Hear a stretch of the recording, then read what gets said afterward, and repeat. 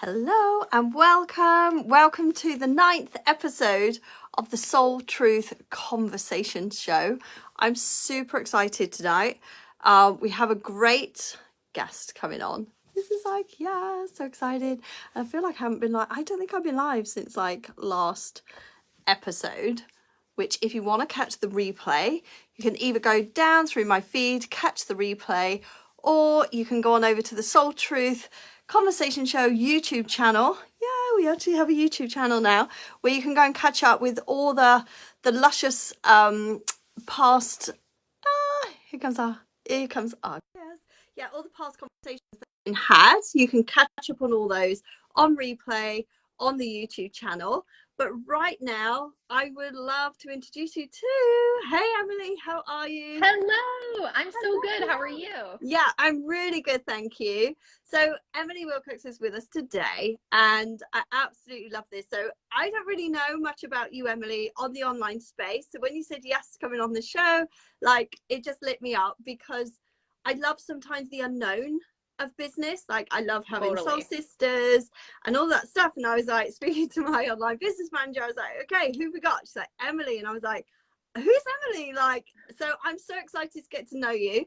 I just want to say thank you for coming on the show today.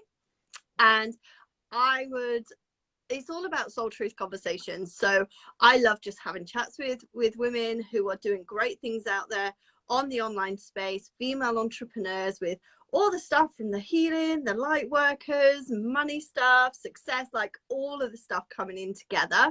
So I'm really excited tonight because I see that you want to go out and you are helping women to overcome their money wounds. So I know this is going to be exciting for so many people, myself included. But what I love about your work, Emily, is that then you're helping those women to take that out into the community so that we get to share that with the wider scale. And I think that's something that's beautiful, the word community and that expansion. But I'm sure this hasn't come from just, being perfectly you, great story, and the money just came in. So I would love for you to introduce yourself, please, and tell us a little bit about your story and how did you come to doing the divine work that you do now? Thank you so much for the invitation, Claire. I'm so happy to be here. And this is going to be such a fun soul chat. And it's true, right? We tend to teach and speak about the things that we've had to overcome, right? It tends to not be the thing that just was effortlessly easy for us our whole lives. And so although my money story is not incredibly traumatic or dramatic compared to a lot of things that you hear out there where there's bankruptcies, there's homelessness, there's that kind of thing. I'm a privileged white girl in the United States. You know what I mean? I grew up very middle class. However, in my family dynamic, money was the root of all conflict. It was something that my parents fought about all the time. And so as a kid, I really absorbed that energy and recognized that if I could suppress my desires, if I didn't have to ask my parents for things, then things would be more harmonious. And so the way that money played out in my life was that I didn't feel safe without it. I really wanted a lot of it to try to tie my own feelings of safety to. At the same time, that worked really well with suppressing my desires, because if I just kept my desires suppressed, then I never had to spend money on them, which meant that I could accumulate more. And I was always asking money for permission about things, and I was thinking about money all the time, without even really being aware of how wounded I was around it. So for example, I would go to a big dinner with 10 or 12 friends, and so just behind the scenes, my brain would be trying to tally up, I wonder what the bill is going to be at the end of this. And are we going to be splitting it 10 ways? Or are we each going to get our own part because I'm vegetarian and I didn't drink, and so my part is this, but am I going to have to pay that? And so all of these wounds around money really robbed me from a lot of joy. And so because of that, when I really was ready to take a look and work with coaches and healers and start to own my own piece of it, so much healing came and it really changed everything in my life. And now it is my great honor and privilege to help carry that forward and help other women heal their money wounds and really step into so much more wealth. I love that so much. And I just want to like run back a little bit. Something like you were saying, like, you know, white privilege in America, you had money. So it wasn't from a place of lack. There wasn't like this lack of money. And so, but yeah, it just still shows that money, we always think like the lack of the money, the bankruptcy, the, you know, the homeless, that this kind of stuff that creates the money wounds, but it doesn't. Money in itself, like you say, can create wounding whether you have it or you don't have it, which actually shows you it's not about the money and all about the money. You know, it's that real, it's nothing to do with the money, yet it's everything to do with the money. So what did it feel like for you when you were building up money in the bank account, and then you were, like you say, almost starving yourself of your desires? How did that feel and create safety for you? Like if somebody is moving through this right now, really wants to hear this, like, yes, I have all the money, yet they're still feeling unsafe. They're still coming from this lack mindset. And that is very much like my ideal client has all the money. She's got the great success, but she's missing all the fulfillment and the experience and the self-awareness that, you know, creates this hollowness, this emptiness. So it sounds like you were doing really well, you were having money in the bank account, but you starved yourself of your desires. But how did that actually feel for you? And did it create that safety? Did it feel good for you or not? Yeah, so in hindsight, I can say that no, of course, like money can't actually make us feel safe, right? And I do believe in honoring our nervous system. And so I think that we all do tend to have some sort of energetic minimum that feels good to us in our bank account. And so, you know, for some of my clients, they actually feel more comfortable with an empty bank account, as crazy as that sounds, because they have what I call a disappearing money wound. So if you think that money is going to abandon you and it's going to leave, there's actually something comforting about it just not being there, versus having it and anticipating the exit. For me, I had more of what I call a safe money wound, where it was like kind of a hoarder energy around money. And one of the examples that I use when I teach this is Warren Buffett. So if you know anything about Warren Buffett, he's worth, you know, billions and billions and billions of dollars. And I watched a documentary about him, and he lives in this humble little home, and he drives this older car, and he goes to McDonald's for breakfast every day. He does the drive-through on the way to his office, and he determines which meal he's going to order for McDonald's breakfast based on how the stock market is doing that morning. So the man has billions, and he will rob himself from the desire, the fulfillment of the desire for the breakfast he actually wants, to save like 24 cents if the stock market is performing badly. And it was like, what are we doing here? And so while my situation was not that dramatic, it's always a reminder that we can feel lack in any situation. And so if you have 50,000 in the bank account, but you think you should have 100, the 50,000 feels like lack. And to someone else that really would love 10 grand in the bank account, 50,000 feels like the most insane abundance and surplus ever. And so for me, my wake-up call was when I finally hit $100,000 a month cash in one of my businesses, which was a goal that I had for a long time. And I was in like crazy wounded masculine energy to make that happen. But I finally made it happen. And guess what? I did not feel the way that I thought I would feel. I didn't feel rich. I didn't feel successful. I didn't feel that stability, AKA that safety in my business. And so all of a sudden it was like spirit was really showing me like, okay, how long are we going to play this game? Are you going to pretend now that you're going to feel all of that when you hit $200,000 cash months? Or can we finally accept the fact that this is all an inside job Yeah. and get to work on the inside stuff. And so that was when I finally did it. I love that so much, because there's, you know, especially on the online space, we see so many people, you know, wanting the 10K month, the 50K month, the 200K months. And, you know, it's like exactly the same, you know, as I was saying, my clients are exactly that. You know, 500,000 in the bank, they could buy them home, they can buy a nice car, they could buy everything they desire, and they go to buy the car, they sit in the car, and it's just like, I felt nothing. And it's like, because the journey that they've taken is very hollow and very empty, because it's just about the destination, it's just about the achievement or the results.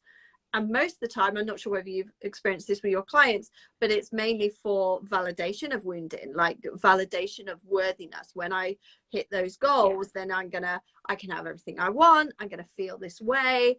But the journey to it was empty. So then when you actually get there, like, the results in the business is just an expansion of what already is within. And so therefore the result is empty. And this is crazy, but not crazy. I know you know the inner world as well.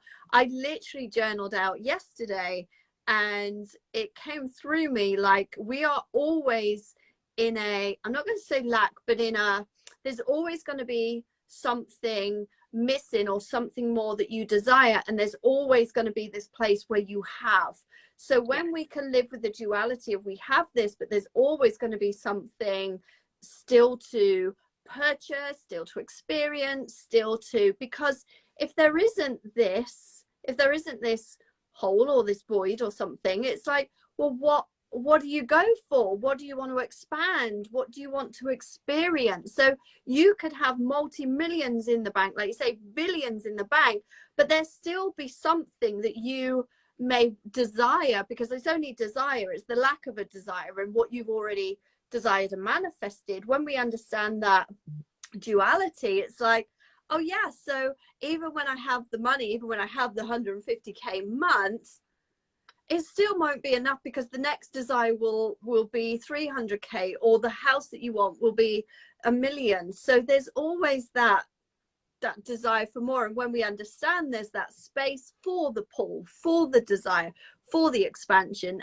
and we get to have what we already have and be grateful for that, and we go, oh, that's how it's going to be, then you've already got something and you love and you're grateful for what you got. And then you just go, yeah, there's always going to be more, there's always going to be that expansion and that desire. So what happened for you when you were at your 150K? Did it feel at all enough? Did it just, there was no fulfill? What was the feeling when you hit that left you, like, and where did you go from that space? Like, what, like doing the inner work, what was the transformation then of doing the inner work to match up with that? Yeah, it's a great question. And I just want to respond to what you were saying, because I think this is such an important piece of things, this space between where we're at and what we want. And that space in between is our whole life. It's our whole life. Because once we get up to here what we want, there will be a next desire, there will be a next goal. And so we will again find ourselves in the space in between what we have and what we want. And I just rebranded my high level mastermind for like 7-figure dreamers to be called The Becoming, because to me, that is so symbolic of this space. And it's really all about how we feel in the becoming, in the space between what we have and what we want, because the accumulation of those memories and everything that happens in that space is our whole lives. Yeah. Yes. And when we can experience that with gratitude for what is, and anticipation and excitement for what's to come, it's totally different. Or we do have the choice to experience the in-between as lack.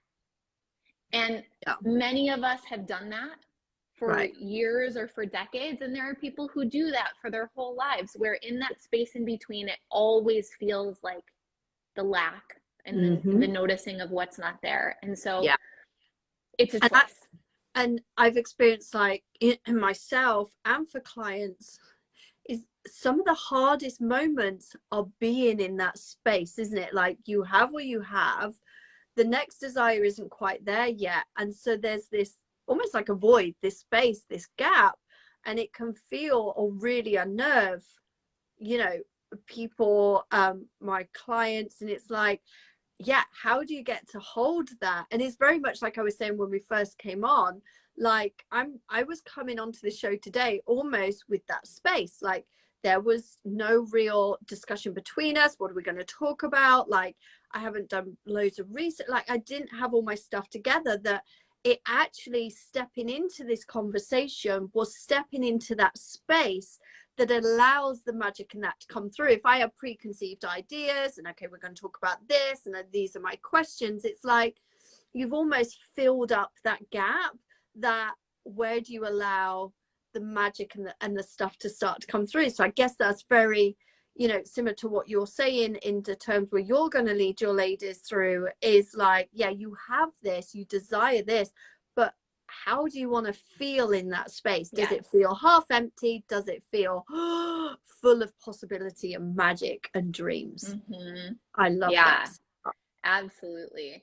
Yeah. So to get back to your question, for me, you know, when I started doing more of the intense inner work around all of this stuff, there was a variety of things. There was a lot of inner child healing. So I was able to start to see that, like, a lot of my patterns in my relationship with money and in my relationship with my spouse as it came to money and in my business, it was really playing out old patterns, you know, patterns with my parents. Like, my dad didn't trust my mom with money, and that was part of the argument. And so I was playing the role of my dad in my life, where I wanted to have all of the control because I was projecting on my husband that he was irresponsible. Right. And so I had to be the one that was, like, you know, in control and making sure that we were all safe, right?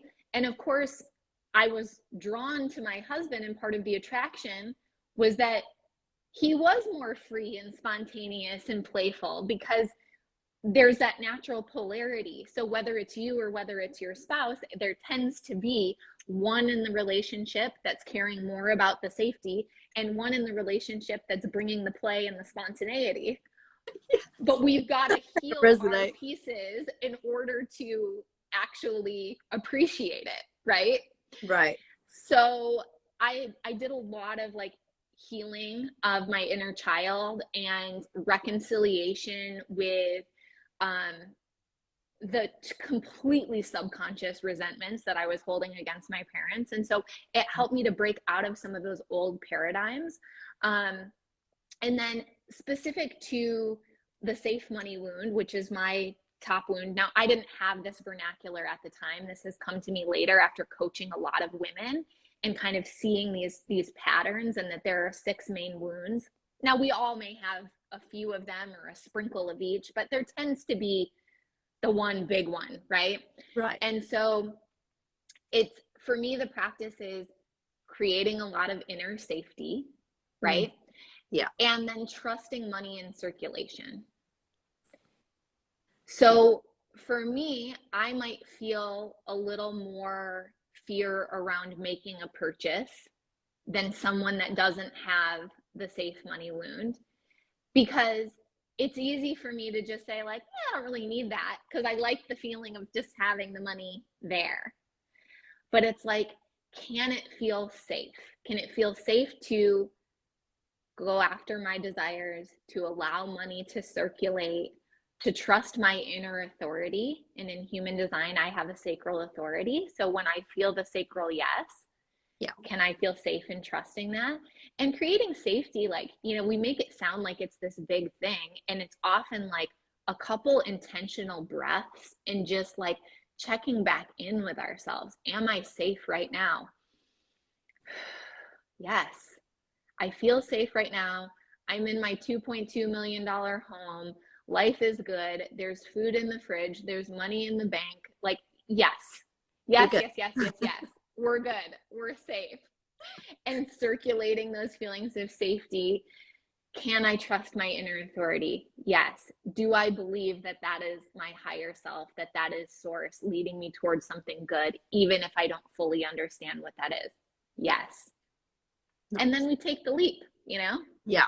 Yeah, I love that. And I can definitely, between me and my partner loves the safety of it. And he's always had money, and money was safe for him. And then he meets me and I'm just like, yeah, like, you know, yeah, I'm doing this, we're doing this. And he's like, you scare the hell out of me. Like, Yeah. calm down. But I'm a 1-3 splenic manifester. So it's like, don't tell me what to do. Like, you know, don't get in the way. And so it was like, you know, we had to work through that relationship with money, that actually, you know, to be considerate of him, there's this safety thing. So helping him to find safety, like you say, elsewhere within himself, maybe his connection to truth, and just go, where are you really pushing him over the edge with this, Claire? Where can you, but at the same time, you still get the freedom, Claire, to jump, like you're a sacred yes. I'm a, I don't know, but I just know.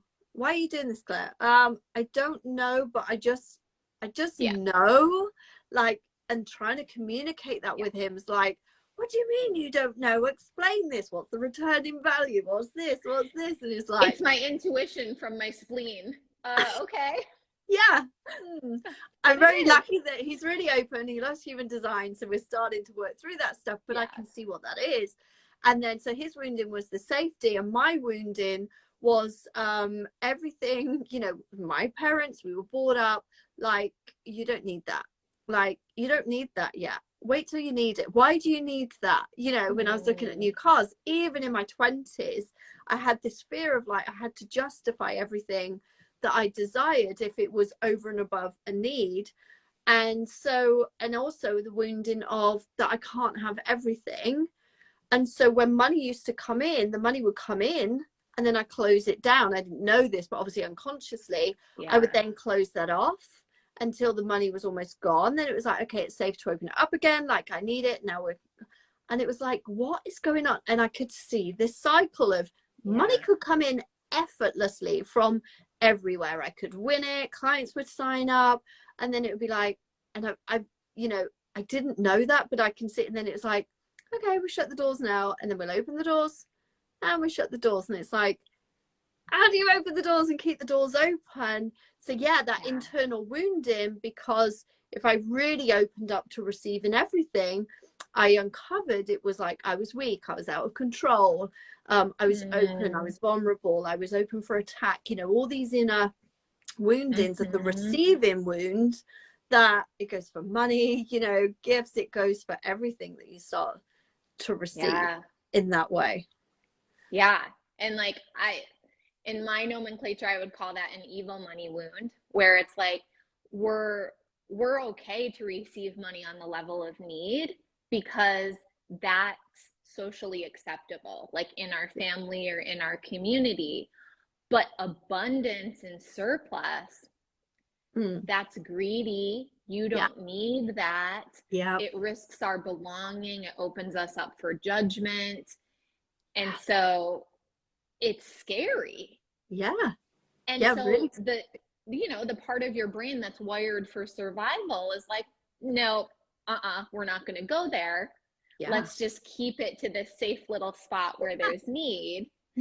But then as you've worked on healing that piece, then you open yourself up for expansion.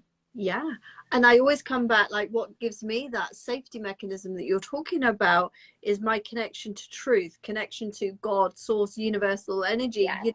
Inside, like, I've got such a deep connection with that, and it's just like, you know what, no matter what, I'm loved. No matter what, I am safe. Like, if I lost everything, nobody could ever take away that connection to the power and being an empowered woman, that I managed to detach a lot of the external world, that then I could change the meaning of it, the trajectory of it, and just, do you know what, just because. And it was very interesting. We recently had a death in the family, and you know, we're going through all the stuff that you have to go through, the processes, and you know, the funeral and things like that. And then it came down to the flat and the belongings, and it was like, it really like triggered, like we know this, but it really embodied inside of me is all this stuff on the external, the belongings, the houses, the cars. Yes, we hear that we don't take them with us. And I just saw it then as like, well, it's almost like this stuff's on loan, like, because you can't take it with you. And I was like, yeah, this stuff gets to be on loan. And during my life experience, I get to choose what I want to look at. Well, what do I want to drive? What do I want to sit on? And it kind of opened up for me to then go, it's all on loan anyway. Like, you just get to choose now what type of house do you want to be in, because it's all on loan. You're not taking it with you. It doesn't mean anything about you, you know, whereas my old wounding for success and money was success and money made you somebody. Like, you were worthy, you were successful, you were valuable, you were seen as somebody. And it makes me cringe now, but that was the wounding that was in that. And it was only when I started to lose everything and I gained that connection with myself, that connection to truth, and I realized I was fit, I was healthy, I was fulfilled, I was loving life. I still have my home and the things within it. Like you say, I've never had that drastic story, like, you know, you were talking around as well, that you haven't. I haven't had that, but it was like, how are we going to pay the bills next week? So I was good. I had such a connection with myself. I was fulfilled. I had this great body. Oh, where's this coming from? And so I'd gone from having everything, the man, the cars, the kids, the houses, I had everything, but wasn't connected to my truth and was soulfully dead, to then not having these things and yet feeling really fulfilled. So there was this, I can't have it all. When I don't have success and money, it's fine. I've got this connection with myself and I love who I am. But when I had all the money, I didn't have that. So there was this wounding between having the balance. Yeah, absolutely. And, you know, I'm so grateful for conversations like this. And this is part of what I really believe is my mission in this lifetime. And it's the reason that I have a podcast, is really talking about money, like having these conversations, because part of the reason that these wounds perpetuate is because we don't talk about them, we don't examine them. And, you know, I think about food. Food is a necessary part of our survival. It's really part of this human experience. And there's a survival component of it. And then there's the component that's just on the frequency of desire and pleasure and surplus. And we really spend a lot of time talking about, thinking about, planning, and enjoying food. It's really part of a community experience. And even struggles with food are much more openly talked about. Yeah.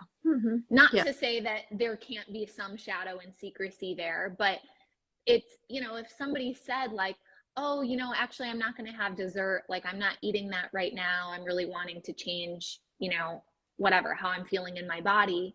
Yeah. That wouldn't shock us. Yeah. We'd be like, yeah, okay. Good for you. Get that.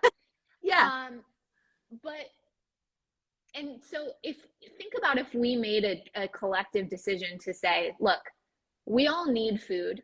We know we need it, but we're not going to talk about it. That is like just in poor taste. Right.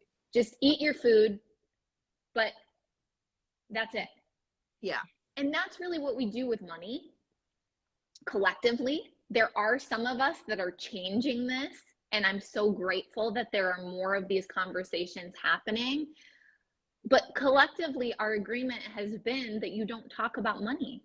You don't bring that up with other people, certainly not outside of your spouse. Don't bring it up with your family members. That could cause a problem. Yeah. You would, if somebody got a new job, you wouldn't be like, that's amazing. How much are you making? Yeah, exactly. You just, No. Or if you do talk about it, then it's kind of shamed on. It's like, oh, is that what you think about? You're all about the money. Like, you know, like that's very shallow, or, you know, and it's just like, but why, like you say, why can't we talk about it? I guess it's like sex and money, isn't it? Like, it's just like, you just don't talk about these things. Like, they're private, Yeah. it's behind doors, and therefore the only way that we can sort of, you know, have that conversation without having that conversation is we look around and go, oh, what do they own, what car are they driving, what house do they live in? And it's so like shallow, isn't it? But it's so, but there is no other way. How do you have that discussion when you're not having that discussion openly? You have to predict, you have to judge, whatever, you know. That's how you have that conversation. And so that's how I always knew, you know, people with the nice cars and the houses, they're the rich people, they've got money. Until I came to a stage where, like, you start, you know, I was looking at other areas around the town that maybe weren't so affluent, and it's like, but they've still got that nice BMW on the driveway. How does that work out? And it was like, and I always remember Melanie and Leah, you know, saying the desire will always be purchased. Like, you will have people who are like, oh, I can't afford this, or I can't have a baby, I haven't got money, but look at the brand new iPhone. Like, yay, look at the BMW car. And it's just like, it gets to be that way. And then I've also, we had a guy in the house recently come in to do some work for us. And anyway, he was a multi-millionaire. And he turned up in this tiny little car, and then he was telling us about the Bentleys and, you know, the Ferrari that he has and the house that he lives in. And it was just like, why did you put up, why are you coming out in that? And he's like, because I don't need to talk about it, and that's my favorite car. And it was like some little, I don't know whatever it was. It was just like a real basic, nobody would know. And so he loves that nobody, you know, imprints that on him, that if he gets out of the Ferrari or whatever, then he is this. He said, I love to just turn up because I'm just me. I'm me with lots of money. But when people see the money first, then they don't get to know him. And I was like, it gets to be all that. Yeah, but I guess at the absolutely. same time, it's kind of a shame that, I say a shame, I think this are, and you know, I get your viewpoint, but why shouldn't he be able to just drive up in the Ferrari and just, this is who I am? Because we don't have these conversations and we fear the judgment. Right. Is that right? Yeah, absolutely. And I think, you know, again, if we had different cultural norms, like, wouldn't it be so wonderful to be able to have a conversation with him around, like, I'm so curious, like, how did you make the money? Is it family money? Like, what did you do? How, you know, was there some inner work that you had to overcome in order to really, like, step into the identity of this? Yeah. Like, wouldn't that be amazing? I had that conversation because I'm just like, you had the conversation. Of course. It was like, wow, you know, I can't remember what we were talking about. And obviously I don't want to share, you know, lots of the personal stuff, but he definitely made his own money. He's worked really, really hard for it. So it's definitely old school paradigms around money. But, you know, the relationship isn't there. And, you know, he's like, you know, I've had some girlfriends, but, you know, they just come for the money. They're not the right people. So money's now definitely become this love-hate relationship where he loves what he's got, he's supporting all his family, but then there's almost this hate because it comes in front, and it's like he can't actually allow in what he really desires, which is this relationship to share all this money with, because there's other wounding in other areas. Yeah, and that's the thing, like, the more that we can have these transparent conversations, it kind of right sizes money for us, right? Because we do often have this idea that the money can fix everything. And then it's not until the money comes that we realize, oh, actually, you know, there's still all of these other things, even though, you know, we have plenty of examples of that in society. You know, we see the child actors that make millions as kids and then go on to struggle with, you know, drug or alcohol abuse, can't find the right spouse, like all of that kind of thing. So we sort of know, but I just really believe that the more we can have these open conversations, it's like, it helps us just recognize within ourselves where maybe there is still a money wound. Maybe we're not actually behaving from a place of sovereignty and empowerment in our relationship with money, but we're actually still perpetuating, you know, an old fear. And it just, by by speaking about it, by sharing about it, by having some community around it, it's like we get to move through that so much faster. And then I really believe that like part of the reason we're here on this planet in this time is to be examples of this new paradigm wealth, you know, to be the women that are earning incredible amounts of money outside of hustle culture and feeling joy and feeling loved and feeling worthy and being able to talk about the journey. And so that we're being an example for others who are interested in having what we have. Like we're not downplaying what it took. Right. And the inner work is a big part of that, and we get to like share that and be an example of it. And I think the journey is such an important piece. Like I was saying, a lot of my clients, they take the highway to success. It's very fast, very direct, very little experience and, you know, emotions felt, and that you're just flying down the highway. You get there and it's like exactly what you said, like this doesn't feel how I expected it to feel. And it's like, because you've missed the beauty, because you've missed the awareness, because you've missed that stuff, like start to take the side roads where you have to choose right or left at the crossroads. Oh my gosh, there is a few bumps in the road, but it kind of makes the journey a little bit more exciting. You get to learn more about yourself. And I think, like you say, having these conversations and sharing them is normalizing that money's okay. It's okay to have money. It's safe to have money. Money isn't this big lifesaver as such. It's not going to come and save you. It's not going to, you know, make you happy once you have it. That there is this journey to be had. So, you know, having these conversations really bring that out. And I think it's again, we were talking about, it's all about the money. It's not about the money. I was going to say, like, taking the power out of money, but actually, again, it's taking the power out of money. But money is very powerful. Money gives you choice. Money gives you that unshakable, when the externals are changing, when house prices are rising, when inflation's going up, when fuel prices are going up, like the more you have that money, the external changes don't actually rattle you. It's like your fuel goes up, okay, I'm just paying more for my fuel. It doesn't have that fuel prices are going up, now I can't drive anywhere and this is happening. And it's like, that's been a kind of driving force for me, even more so in everything that I do in my life, is not to be at the I don't know what the word is, but not to allow external changes and, you know, systems and society to dictate, I guess that's the word, how I'm going to live my life. Yeah, 100%. And I'm hearing like an echo. I don't know if you're hearing it. No. Okay, I'm going to jump out and jump right back in. Okay, do that.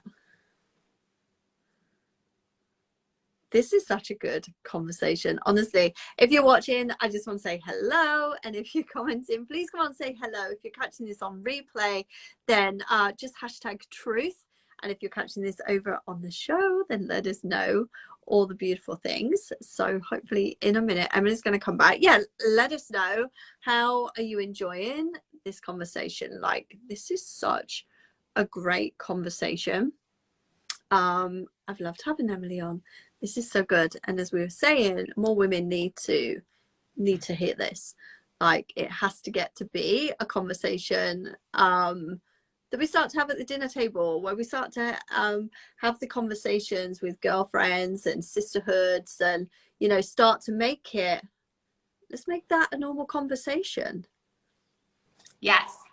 Thank you for, I don't know what happened there. All of a sudden I was hearing you twice and I'm like, that's not going to work. So yeah, we're back. But yeah, it just good. Normalizing the conversation. And like you were saying, I call it like right sizing money, right? Because it is powerful. There is so much incredible. To not have to ask money for permission means that you get to actually just check in with your own desires all the time on whether you want to do something or not. So absolutely, having money versus not is amazing. But Yeah. also, if we think that money is going to give us the safety and make us so we never feel abandoned and give us the worthiness we've always been looking for and make it so that, you know, we trust ourselves, like it can't do that. Yeah. So we've I know. got to right size the place that money gets to have in our lives. So much so. And I remember like going 5K a month. If I could just have 5K a month, like, oh my gosh, everything would be paid for. We could go away. We could treat the kids. And then life, you know, everything starts to come up as we start to rise, and then desires rise. And it's just like, 5K is not going to cut it anymore. Like, oh Right. my God. And you hit the 20K. It's like, if I had 20K, and you get to the 20K and you're like, okay, this is not going to cut it. Like my desires expand. And I think, you know, that's it. So you almost can't put a figure on it, because as we were saying before, this happens. Like we get to the mark, and then, as we would say, like the goalpost moves. And so the goalpost is forever moving. And I think I remember Melanie and Leah, and I think it was Steph Houston, having the conversation, or one of them mentioned it, about the mountain with no peak. And it's like, you know, you get to keep walking, and when you hit a view, you get to have your little look and you enjoy the view, and then you move on and you move on. Because I know definitely with some of my clients, it's like that: when then this, when I have this, then that. And they hit that when, like, yeah, I've got this, I got my money in my bank, and it's regular and it's great and it's mass overflow to what they're used to. Why is this not this is not giving me what I thought it was going to give me? Yeah, absolutely. And that's the thing, like what I've learned is it's all about the energetic signature at the time of the purchase, right? Yeah. So when we're operating from a wound, so for example, let's say that you have a money trust wound. So you don't trust yourself with money. And by the way, these wounds can happen from relatively innocuous things in childhood. Maybe you lost like a crisp new $10 bill. And your parent scolded you for it and was like, you really have to be careful and you need to make sure that you know where your money is and whatever, just trying to foster a little bit of responsibility. And you as a child absorb that into like, oh my God, I made a mistake with money and I can't trust myself with it. And so when we don't examine these things, we really carry them forward, and we make a lot of grown-up decisions from this wounded, more childish type of place, right? And so if I decide to, you know, put $30,000 into a crypto account that's being managed by someone else, because I'm looking for a savior and I'm looking for someone else to take care of my money for me because I don't trust myself, the chances of that working out well are zero, because there's energetic protection, and universe is not going to give us an incredible result from this wounded place. What we will get is a lesson and an opportunity to recognize that when we put all of our trust in others from a disempowered place with ourselves, that it doesn't work. Yeah. Right? My partner had exactly that. I think he lost something like 127,000 in a wine deal. But because of some wounding through a company that he sold out of and went into another corporation, things were going wrong. And then, you know, because of the company that he'd built up with some others was like the nest egg, like that was going to be the nest egg. So that went under his, you know, from within him, under his feet. It was like, now I need to build the nest egg, like out of fear that, you know, we need to have enough and we need this for a pension and all this kind of stuff. And so it came from that wounded energy, and it was also connected to his worth and his success and his value. Fell out the bottom. So of course then I'm investing, and it didn't matter what. It's like, but why? Like, need to know all the information. Is this true? Is this like, even if it was coaches, and it was like, you know, that's your wounding of investing. And now, you know, we invest in crypto and things like that as well. And it's just like, but it just because it's fun, it's play, it's, you know, if we lose it, we lose it. If we gain, then there's, you know, something there. But I also get into that place where what feels safe for you, what can you lose and what can't you, if it fell, because the stocks are always up and down, and it's just like, yeah, you know, these things do go up and down. Are you okay with that? Is your nervous system okay with that? Like, I'm always up for the thrill and the play, so I'm just like, yeah, let's do this. Like, Right. because I love that kind of energy, that it gets to be exciting and play. That I'm probably almost the complete opposite of Simon, where safety is not a thing. That he's like, oh, can you just slow down a minute? And it's but then I had the wound of allowing it back in, so I could put it out and then you bring it back in. It was like, Yeah. it's just a little bit in. Yeah, exactly.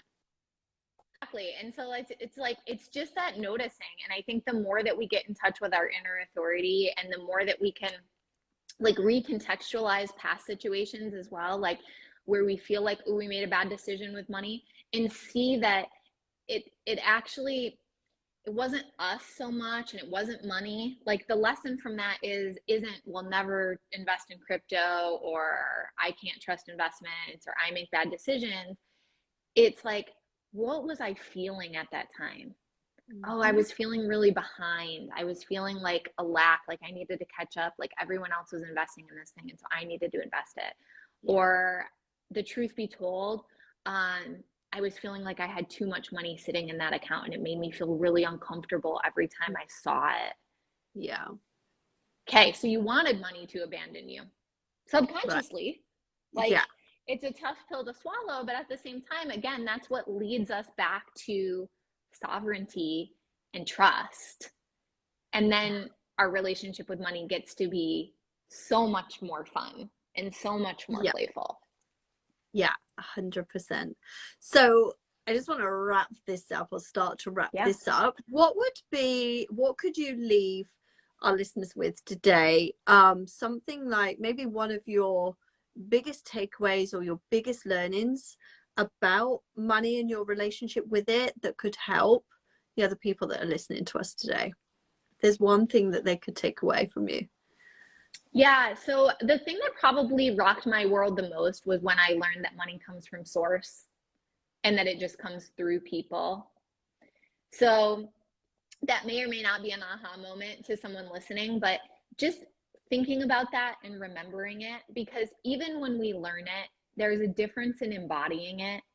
And so what you'll find sometimes, like if you're a coach or a consultant, a service provider, an agency owner, sometimes we do get too attached to the person, the client that says that they want to work with us. I sent them a link. Hey, I haven't paid yet, or whatever. And it's like, it's not about the client, because money comes from source, and it comes through the paths of least resistance.